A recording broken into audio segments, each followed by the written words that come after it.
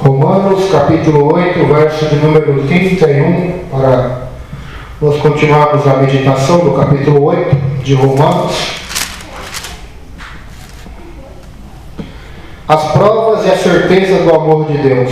Que diremos, pois, à vista destas coisas? Se Deus é por nós, quem será contra nós? Aquele que não poupou seu próprio Filho, antes, por todos nós, o entregou, porventura não nos dará graciosamente com ele todas as coisas?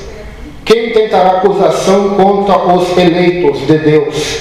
É Deus quem os justifica. Quem os condenará? É Cristo Jesus quem morreu, ou antes, quem ressuscitou, a qual está à direita de Deus e também intercede por nós. Quem nos separará do amor de Cristo? Será a tribulação, ou a angústia, ou a perseguição, ou a fome, ou a nudez, ou o perigo, ou a espada? Como está escrito, por amor de ti somos entregues à morte o dia todo. Fomos considerados como ovelhas para o matadouro. Em todas estas coisas, porém, meus irmãos, somos mais que vencedores, por meio daquele que nos amou. Porque eu estou bem certo de que nem a morte, nem a vida, nem os anjos, nem os principados, nem as coisas do presente, nem do porvir, nem os poderes, nem a altura, nem a profundidade, nem qualquer outra criatura poderá separar-nos do amor de Deus que está em Cristo Jesus, o nosso Senhor. Amém? Então nós vemos nesse texto da palavra de Deus que o apóstolo Paulo ele faz uma pergunta, né? Mediante tudo que ele já afirmou, né? Não somente no capítulo 8, mas desde o capítulo 1 de Romanos até chegar aqui no versículo 31, porque nós sabemos, né? Se você meditar e estudar a palavra de Deus, que a Bíblia não tem capítulos e versículos, né? Isso foi colocado para nós no decorrer dos séculos pelos teólogos para facilitar só para as pessoas acharem os textos da Bíblia, né? Porque hoje você pode ver, a gente vai pregar em igrejas e falar para as pessoas, procurem no livro de Filemão, procurem no livro de Malaquias, aí no livro de Jeremias, muita gente nem com capítulo e versículo consegue achar direito, né? Então eles colocaram capítulos, colocaram versículos na Bíblia somente para dar uma facilidade para nós identificarmos os textos, né? Acharmos as passagens e guardarmos na memória. Mas o que Paulo está dizendo aqui é a representação de toda a carta aos Romanos, né? De tudo aquilo que mostra-nos a carta de Romanos. A carta de Romanos poderemos chamá-la de a carta do amor de Deus. Por quê? Porque no capítulo 1, no capítulo 2 e no capítulo 3, se você ler na sua casa e meditar, você vai perceber uma coisa. Paulo colocou todo homem debaixo da condenação. No capítulo 1 ele coloca toda criatura debaixo da ira de Deus. Depois no capítulo 2 ele trata com os judeus, né? Porque os judeus eles têm esse orgulho até hoje, né? Esse orgulho judaico de se achar o povo da aliança, né? O povo escolhido, a descendência de Abraão. Então eles têm esse orgulho de achar que são salvos, que tem a salvação. Então Paulo coloca judeus, gregos, romanos, toda criatura debaixo da condenação. Então a partir do capítulo 3 ele vai começar a anunciar o evangelho da salvação. E nós vamos para o capítulo 4, ele vai falar sobre a justificação. Assim como Deus creditou sua justiça na vida de Abraão, trouxe salvação, perdão na vida de Abraão, assim em Cristo ele faz na vida de todo homem. Aí nós vamos no capítulo 5, 6, 7 e 8, vai dar continuidade a isso, a obra do Espírito Santo na vida do salvo, trazendo a ele a luz, a convicção, a salvação, o poder de ser chamado Filho de Deus. Então, mediante todas essas declarações que nós lemos aqui no começo do culto também, do capítulo 8, da intercessão do Espírito, da promessa de restaurar toda a criação, não somente homens, mas inclusive até a criação, animais, florestas, toda a criação sofre pela consequência do pecado. Então, Paulo vai dizer no verso 31, que diremos, pois, à vista dessas coisas? Se Deus é por nós, quem será contra nós? Se Deus é por nós, se Deus é por mim, por você, se Deus está conosco, quem será contra nós? Nós lembramos da passagem de Eliseu. Eliseu estava numa barraquinha, junto com o seu servo ali, né? O moço do profeta, a Bíblia chama, e um exército cercou Eliseu, um grande exército, né? Eu tenho certeza que será que nós teríamos a fé de Eliseu? Eliseu estava ali cercado por um grande exército, e o moço ficou desesperado. O moço disse: Eliseu, agora vamos morrer, né? Um exército cercou a nossa casa aqui agora. Então imagina você nessa situação, você numa casa no meio do nada, no meio de uma fazenda, e de repente um exército cerca a sua casa, com tanque de guerra, com armas de fogo, com granada, com homens que treinaram a vida inteira a luta corpo a corpo, e você vai pensar o quê? Nossa, agora eu vou morrer, agora é o meu fim, agora acabou. Só que Eliseu disse: olha, ô Senhor, abre os olhos desse moço. E a Bíblia diz que Deus abriu os olhos dele, ele viu um exército de carros e carruagens e cavalos de fogo ao redor de Eliseu. Então, a nossa oração é essa, que assim como Deus abriu os olhos de Eliseu, do moço de Eliseu, do moço do profeta, abriu os olhos de Paulo, que Deus abra nossos olhos também, para nós contemplarmos quem é maior, se é Deus ou se é o mundo. Quem é maior? Se é os anjos de Deus ou os demônios? Quem é maior? O poder de Deus, o poder do Espírito de Deus ou o poder do homem? Quem é mais forte? Deus ou o diabo? Deus ou Mamon? Deus ou o mundo? Deus. Por isso que Paulo está dizendo: que diremos à vista destas coisas? Se Deus é por nós, quem pode ser contra nós? Quem vai ser contrário a nós? Quem irá nos destruir? Por isso que João, também entendendo tudo isso, ele vai dizer na sua carta que maior é o que está conosco do que aquele que está no mundo. Olha o que diz o verso 32: aquele que não poupou o seu próprio filho, antes por todos nós o entregou. Quer dizer, não foi pela Cordeiro de Deus, não foi pelo Roberto, não foi pela Universal, pela congregação, pelo Brasil, pelo Japão, mas Deus entregou Jesus, seu próprio Filho, por todos nós. Porventura não nos dará graciosamente. O que é? Essa palavra é maravilhosa. Graciosamente com Ele todas as coisas, ou seja, nos dará pela sua graça, não é porque nós merecemos, né? A gente tem a mania, né, como Lutero também tinha. Esses dias eu gravei a biografia dele e coloquei lá na internet. Lutero, o ser humano tem essa mania de se relacionar com Deus baseado nos seus méritos ou deméritos, né? Ou seja, se eu pisei na bola, acho que Deus não ouviu minha oração. Agora, se eu fiz um jejum, se eu fiz uma caridade, eu vou até orar como aquele fariseu, meu, orgulhoso, né? Dizendo: graças eu te dou, Senhor, porque eu não sou como aqueles pecadores, eu jejuo, eu dou dízimo, eu faço sacrifícios, né? Só que o nosso relacionamento com Deus não é nem por mérito, nem por demérito, é pela graça, pela sua maravilhosa graça. Quem entendeu dessa maravilhosa graça está disposto a amar os seus próprios inimigos, né? A abençoar aqueles que os amaldiçoaram. Essa é a graça que Paulo pregava, vivia, que os apóstolos, tanto que a gente vê Estevão sendo apedrejado.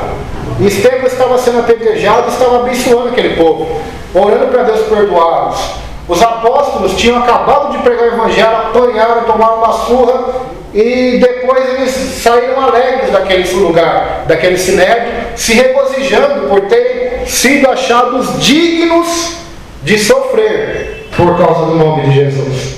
Então, isso é maravilhoso, porque Deus não poupou seu próprio Filho para nos trazer a salvação, a vida eterna, né? Por isso que eu não gosto daquele hino, né, que diz: Deus tem o melhor para mim. Por que eu não gosto daquele hino? A mensagem até de autoajuda, como uma autoajuda, ela é boa, mas não é verdadeira. Por quê? Porque Deus não tem o melhor para mim no futuro. Deus já deu o melhor para mim no passado, ou seja, deu Jesus para morrer por nós na cruz. Então, tudo que Deus nos dá hoje, seja, embora uma bênção, um casamento, é bênção um filho, é bênção uma porta de emprego aberta, é bênção um dom de profecia, é bênção você ganhar uma alma. Qualquer coisa que Deus nos dá hoje não se compara a 1 milímetro do que Ele já deu no passado, que foi Jesus. Então, o que mais glorioso Deus poderia dar, Ele já deu seu próprio Filho. Quem é pai, quem é mãe, sabe muito bem disso, que o Filho é o bem mais precioso, né? A Bíblia diz que é a herança do Senhor. Então Deus deu a sua herança para nós, deu Jesus. Deu Jesus. E nenhum pai, nenhuma mãe vai ter coragem, eu sempre digo isso nas pregações, vai ter coragem de pegar o seu filho ou sua filha e dar ele para morrer por pessoas que talvez nem vão corresponder, né? Que talvez nem vão se arrepender, que talvez são os piores criminosos, pedófilos, prostitutas, bandidos, alcoólatras, viciados, macumbeiros, idólatras. Mas Deus fez. Deus entregou o seu próprio Filho para morrer por nós na cruz do Calvário. E assim como Ele entregou, também não nos dará graciosamente com Ele todas as coisas. Então aqui se enquadra a passagem de Mateus que diz: buscai primeiro o reino de Deus e a sua justiça. Porque se assim Deus te deu o reino, te deu Jesus, te acrescentará também tudo aquilo que é necessário para você sobreviver: o alimento, a roupa, o agasalho. Quem buscar primeiro o reino de Deus terá isso acrescentado. Versículo 33 agora. Quem tentará acusação contra os eleitos de Deus? Eleitos, escolhidos, né? Então, isso é muito interessante, porque você vota, geralmente a gente vota por votar, né? Mas a lógica seria você vota em quem você confia, né? Num candidato que vai te dar confiança. Então você votou nele porque você confiou nele. Então Deus nos escolheu, nos elegeu, né? Nos elegeu. Às vezes eu vou orar, eu creio que acontece com todos nós, e falo para Deus: Senhor, será que o Senhor não errou em me escolher? Né? O Senhor poderia ter escolhido tantos outros, né? Tantos outros que têm mais graça, mais amor, mais humildade, mais sabedoria, tanta gente, né? Mas será que o Senhor errou ao ter escolhido? Mas Ele nos escolheu, isso é o que diz a Bíblia. Não foi nós que escolhemos a Ele. Ele nos escolheu, Ele nos nomeou, né? Então a gente ficar nesse debate com Deus não vai adiantar nada. Jeremias falou: Senhor, o Senhor escolheu como profeta, né? Eu sou uma criança, sou jovem ainda, né? Escolhe outro. Não, Jeremias, é você. Mesma coisa Moisés. Moisés estava lá: Moisés, vai libertar o meu povo no Egito. Ah, Senhor, eu não vou não, eu sou um homem pesado de língua, né? Para mim não vai dar. Mas não teve jeito, ele teve que ir, né? Ezequiel, o apóstolo Pedro mesmo, quando Jesus, o primeiro encontro que Jesus tem com Pedro lá no barquinho, a primeira coisa que Pedro fala para ele é: Senhor, sai da minha presença, porque eu sou um homem pecador. Retira-te de mim, mestre, porque eu sou um homem pecador. Jesus olhou para ele e disse: não, Pedro, a partir de hoje eu vou te transformar num pescador de homens, de almas. Então, não existe desculpa, né? Que é mais do que Paulo, que escreveu essa carta, né? Ele era um homem que matava cristãos. Isso ninguém tem coragem de falar. O máximo que a gente chega ele perseguia. Mas essa perseguição a gente acha que é falar mal, né? Porque hoje com o crente perseguição é falar mal, né? Falou mal, já está perseguindo. Só que essas perseguições que são faladas na Bíblia eram perseguições de realmente você entrar na casa da pessoa, dar uma surra nela, matar, prender. Era isso que Paulo fazia com os cristãos, com os crentes.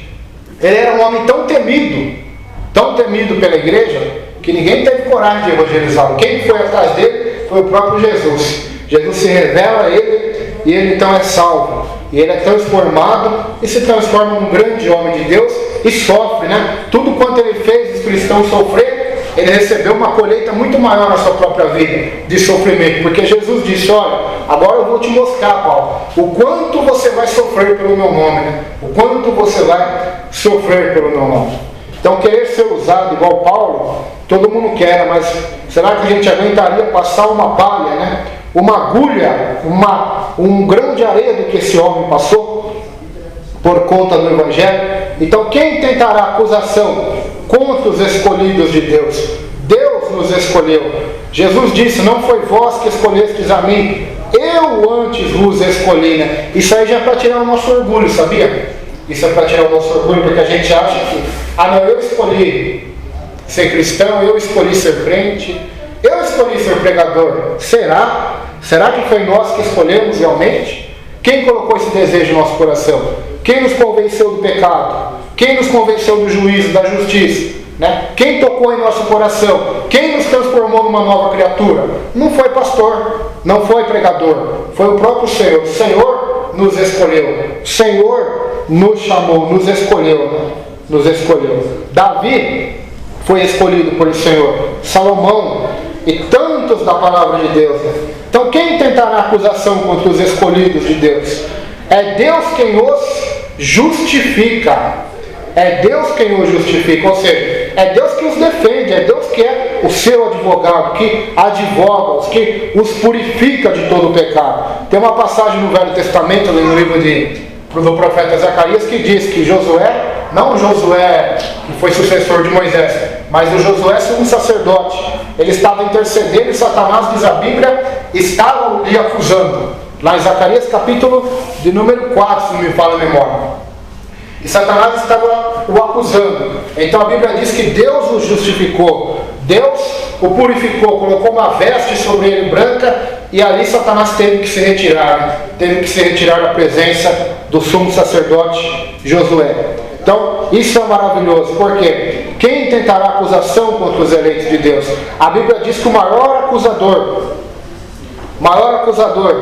é Satanás. O próprio nome Satanás no hebraico significa isso, opositor, acusador. Então, ele opõe-se, ele acusa, né, nós. E a Bíblia diz que não acusa nós na igreja, mas ele acusa-nos de dia e noite perante o trono de Deus. Está lá em Apocalipse essa passagem. Mas Deus não olha para as acusações de Satanás. Deus olha para o seu Filho que está à sua direita, Jesus.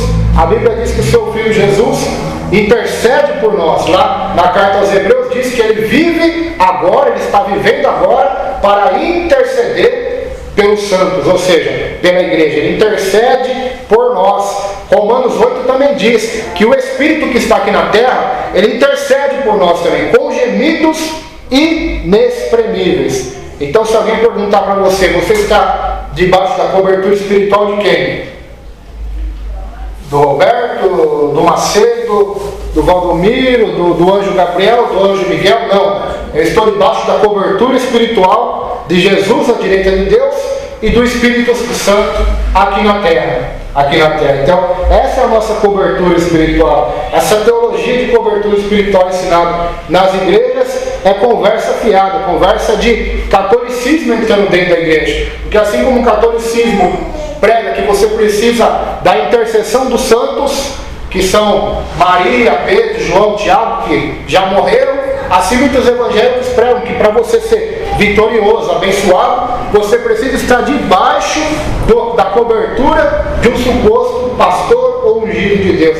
E se você sair debaixo da cobertura desse pastor, você está perdido, você está amaldiçoado, você estará condenado para sempre. Mas a Escritura diz que quem nos justifica, quem intercede por nós, a nossa cobertura é Jesus. Até porque, né, quem realmente nos ama, quem realmente quer nosso bem, não vai precisar de nós estarmos idolatrando. Quem nos ama, quem se preocupa com nós, vai interceder, vai orar por nós sem precisar nós fazermos nada em troca, né? Então, essa é a verdadeira oração, né? A oração de um justo que pode moer seus efeitos. Mas essas orações que vemos por aí, né, são orações que parece que é o seguinte: se você não for da minha denominação, então eu não vou nem orar por você, né? Não vou nem orar. A mesma história da Bíblia, né? Judeus não se dão com os samaritanos. Então, essa divisão não pertence a Deus, né? Pertence ao homem. Porque para Deus a sua cobertura, o seu sangue está disponível para todos aqueles que professarem o nome de Jesus, independentemente da prática ou denominação. Quem os condenará? Quem os condenará, né? É Cristo Jesus quem morreu ou antes quem ressuscitou e que está à direita de Deus e também intercede por nós. Quem nos condenará, né? Então o que mais tem hoje no mundo que nós vivemos é pessoas para nos condenar, é pessoas para nos trazer condenações, né? Mas nós sabemos que a condenação, somente um pode condenar ao inferno ou ao céu. Esse é Deus. É Deus. Por isso que Jesus disse: olha, não temeis os que matam o corpo, Temer aquele que pode matar o corpo e lançar a alma no inferno. É esse que vocês devem entender. Então o único que tem o poder de condenar, a palavra condenar que eu falo aqui é no sentido de condenação eterna, é o próprio Deus, né? Mas Ele não fez. Pelo contrário, em vez de Ele nos condenar, Ele nos deu a oportunidade, nos deu a chance, nos deu a dádiva, a sua graça de Cristo morrer e ressuscitar para nos trazer a vida eterna. Olha o que diz a Bíblia. Jesus quem morreu ou antes quem ressuscitou? O qual está à direita de Deus e também intercede por nós. Então se alguém perguntar para você qual é a sua cobertura espiritual, qual é a sua cobertura espiritual? Minha cobertura é Jesus, é Ele que intercede por nós, né? Porque a oração, eu sempre digo que a oração não é um dom, né? Tem gente que diz, eu tenho o dom de orar, ou tenho o dom de orar. Só que a oração na Bíblia diz que é um dever, é uma obrigação, assim como amar a Deus, né? Eu tenho o dom do amor, não existe dom do amor. Amor é um dever, amar uns aos outros, orar uns pelos outros. Então, quem fica com essa conversa fiada, não, você tem que estar debaixo da cobertura daquele irmão, a oração dele é mais forte, ou debaixo da cobertura daquela profetisa, ou daquele missionário, daquele apóstolo, né? Porque hoje a moda é apóstolo. Cai fora disso. Por quê? Porque Jesus já está nos cobrindo, né? Com as suas orações, com as suas intercessões. E se o tal apóstolo ou tal pastor realmente gosta de nós, ele vai orar por nós, mesmo nós estando na denominação dele ou não, né? Ou dele ou não. E tem os que chegam ao limite de dizer, se você visitar outra igreja, eu já convivi com um pastor assim, você não está na minha bênção, você não está debaixo da minha cobertura espiritual. Então, é uma verdadeira lavagem cerebral que é feita na cabeça de muita gente. Mas muita gente, como sempre eu digo para minha esposa, né, tem gente que merece estar me enganando. Por que merece? Porque tem a Bíblia na mão, o camarada ou a camarada não lê as Bíblias, não lê as Escrituras, tem a palavra de Deus nas mãos, mas não lê. Ela precisa do sacerdote, né? Ela precisa do ungido lá para interpretar a Bíblia para ela, para orar por ela, né? É igual os católicos. Por isso que eu digo, muitas igrejas hoje não estão se diferenciando em nada do catolicismo, porque assim como eles dependem do padre, dependem da hóstia, dependem da água benta, dependem da confissão, né, para o padre declarar que eles estão perdoados, assim muitos crentes, a dependência é tão grande de um pastor, de um homem, né? De um homem, que acaba não dependendo mais de Deus e não confiando mais no sacrifício e na cobertura que Cristo tem feito por todos os salvos, né? E das grandes maravilhas do apóstolo Paulo, que nós estudamos aqui na igreja, estudamos todas as cartas dele aqui na igreja, faltou Hebreus, mas eu creio que em breve nós vamos fazer também a carta aos Hebreus, que Paulo, por onde ele ia, ele era usado por Deus, fundava igrejas e ia embora, e as igrejas continuavam. Aí eu fiz essa pergunta, mas Deus, como que continuava? Por que continuava, né? Porque geralmente o que nós vemos acontecer hoje nas igrejas, né? Principalmente aqui no Brasil, né? O pastor que é adultério, todo mundo da igreja desvia, né? Todo mundo, por quê? Porque todo mundo está fundado no pastor, né? Está fundado no homem. Agora Paulo era diferente. Paulo saía dos lugares, os discípulos ficavam, né? Os sucessores ali ficavam para pregar e dar continuidade, né? Por quê? Porque Paulo ensinava, né, os seus discípulos, né, aqueles que ouviam suas mensagens, a ser dependente de Deus, né? Não a ser idolatrado, né? Porque se a gente ler a carta de 1 e 2 Coríntios, você teve um pastor que passou luta, né? Esse pastor foi Paulo. A igreja de Corinto acusou ele de um monte de coisa. Se você ler as cartas, você vai ver. Acusaram ele de falso irmão, de falso apóstolo, né? Acusaram ele que ele queria ser melhor do que Pedro, do que Tiago, do que Apolo. Acusaram ele de várias barbaridades. Ele nunca trouxe uma palavra assim de maldição contra aquela igreja, dizendo, olha, vocês estão tocando em mim, eu sou apóstolo, né? Escolhido por Jesus, vocês vão morrer, vocês estão tocando no ungido de Deus, ou vocês vão ser fulminados, como a gente vê acontecendo hoje. Pelo contrário, ele trouxe uma palavra de exortação a eles, de ânimo a eles, e defendeu seu apostolado. Ele defendeu seu apostolado, disse seus sofrimentos, né? E mostrou para eles que realmente aquilo não procedia, que eles falavam do apóstolo Paulo. E Paulo disse para eles, olha, o que eu ensinei para vocês? que eu não sou nada, nem Apolo, nem Pedro é nada. Mas quem dá o crescimento é Deus. Eu posso plantar, Apolo pode regar, mas quem dá o crescimento é Deus. Por isso que a igreja de Corinto ali também foi abençoada por Deus. Porque Paulo ensinou para eles que eles têm que depender de Deus, têm que depender de Cristo Jesus, têm que depender do Senhor, né? Então, que nós possamos ter essa fé, né? De depender mais de Deus e menos do homem, menos da mão humana e mais da mão divina, né? Porque o próprio Davi, quando Davi ali pecou, né? Contando o povo de Israel ali, que não era para ele contar, ele contou ali para trazer orgulho no coração dele, né? Quantos soldados ele tinha. O castigo veio sobre Davi. Davi escolheu, olha, eu prefiro cair na mão de Deus do que na mão do homem, porque na mão do homem a coisa é terrível, né? É melhor cair na mão de Deus, porque Deus tem misericórdia e isso é provado em toda a Bíblia. Intercede por nós. 35. Quem nos separará do amor de Cristo? Quem vai nos separar do amor de Cristo? É uma pergunta para você, para mim, para todos nós. Quem vai nos separar do amor de Cristo? As respostas estão aqui. A tribulação. O que é tribulação? Tribulação são lutas, né? Lutas. Podem ser familiares, financeiras, no trabalho, perseguições, dificuldade, doenças, angústia, depressões, tristeza, perseguição. Que aqui eu creio que não é o que nenhum de nós aqui, nós nunca sofremos isso, né? Você pode até se escandalizar, mas é verdade. A igreja no Brasil, ela nunca sofreu perseguição. Pode até dizer, pode até ter aquelas perseguições em palavras, né? Na mídia, aquelas leis dos homossexuais para tentar prender pastores, mas nós não passamos, nós não sabemos o que é perseguição.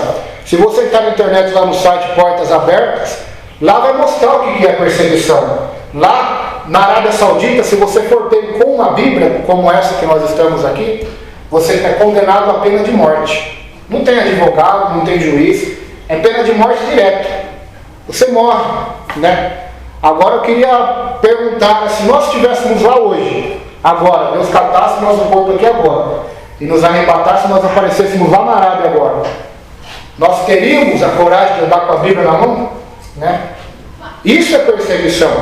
É isso que muitos irmãos nossos passam em várias partes do mundo. Na Coreia do Norte, um país dominado pela ditadura do líder lá, Dong Chun-lan, o primeiro país na lista do ranking de perseguição ao Evangelho. Lá é proibido mencionar o nome de Jesus, mas eles mencionam, né? Os cristãos mencionam, morrem, são presos, sofrem, mas não negam a Jesus.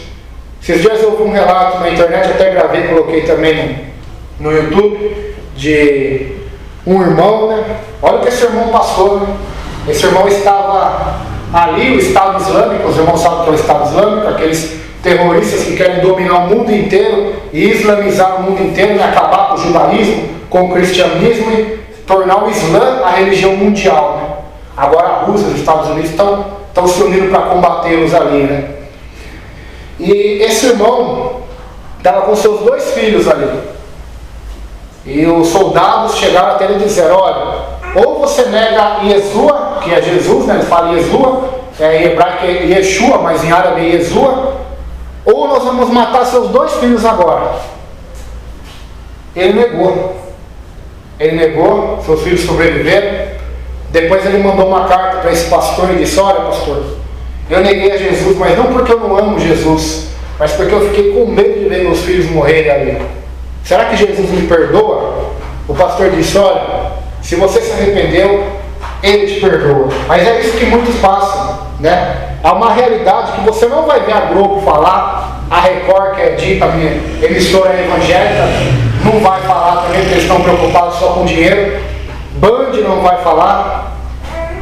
Pastores aí famosos não vão falar. Por que não vão falar? Porque é uma realidade de muitos dos nossos irmãos que estão sofrendo e sendo mortos. Perseguição, fome, né? Fome eu nunca passei, graças a Deus, mas minha esposa já falou que passou dificuldade, não sei, a irmã também. Fome, eu acho que a dor da fome deve ser uma das piores dores do mundo, né? Mas Paulo está falando, mesmo a fome, ele passou fome. Então, o que ele está falando aqui é a experiência dele mesmo. A fome não separa do amor de Cristo. A nudez, né? A falta de roupas. Né? A nudez aqui para nós é interessante que no Brasil é um país de calor, né? Mas a falta de roupa nesses países que nevam, que a temperatura é fria, né? Que de dia são muito calor, de noite é muito frio, é aquele lado onde ele pregava o evangelho. Ali é terrível ficar sem roupa ali, né? Com frio de 0 graus, de menos 10 graus, menos 20 graus, né? Para nós aqui, uma blusinha acho que já passa de boa no inteiro, né? Mas ali a coisa é terrível, o frio. Então ele passou frio, passou fome, perigo, né? Perigo, sofreu naufrágios, perigo de ser assassinado, né? Estar viajando nas estradas para pegar o evangelho, ser assaltado, apanhar, morrer, porque tinha muitos mercenários que assaltavam ali. Ficavam, é igual você ir no Rio de Janeiro, né? Vai lá pregar no morro para você ver o medo, a pressão psicológica que é de você ser assaltado, ser morto, né? A gente não vivencia isso também no perigo, porque graças a Deus aqui em São Manuel também é uma maravilha, né? Como dizia o pastor José, aqui é uma maravilha, o pessoal reclama, mas tem lugares aqui no Brasil mesmo que é terrível, o perigo, né? Perigo do assalto, de ser morto, a espada. Então Paulo passou tudo isso, né? E ele não foi separado do amor de Cristo. Verso 36, como está escrito, por amor de ti somos entregues à morte o dia todo, fomos considerados como ovelhas para o matador. Então essa palavra aqui, muitos têm morrido por causa do evangelho, têm morrido por pregar. Verso 37, em todas essas coisas porém somos mais que vencedores por meio daquele que nos amou. Então Cristo nos amou e por causa disso somos mais do que vencedores. Somos mais do que vencedores por aquele que nos amou, né? Então não é pela circunstância, não é por causa como eu posso dizer, dos aparentes fracassos ou vitórias, mas somos mais que vencedores por aquele que nos amou. Quem nos amou foi Jesus, foi Deus. Verso 36, porque eu estou bem certo de que nem a morte, nem a vida, nem os anjos, nem os principados, nem as coisas do presente, nem do porvir, nem os poderes. Então nada disso, nem a morte, nem a vida, nem anjos, nem demônios, nem coisas do presente, nem do porvir, nem os poderes, seja do governo, seja financeiros, econômicos, militares, poderes espirituais, podem nos separar do amor de Cristo. Nem a altura, nem a profundidade, nem qualquer outra criatura poderá separar-nos do amor de Deus que está em Cristo Jesus, o nosso Senhor. Amém, irmãos? Nada pode nos separar do amor de Deus que está em Cristo Jesus. Se alguma coisa nos separou do amor de Deus, do amor de Cristo Jesus, é mentira, porque o amor de Cristo Jesus por nós, o amor de Deus por nós é maior do que qualquer coisa, maior do que qualquer criatura, e nem mesmo anjos, diz a Bíblia, nem mesmo o arcanjo Miguel, nem mesmo o mensageiro Gabriel podem nos separar do amor de Deus. Amém? Vamos colocar em pé, fazer uma oração.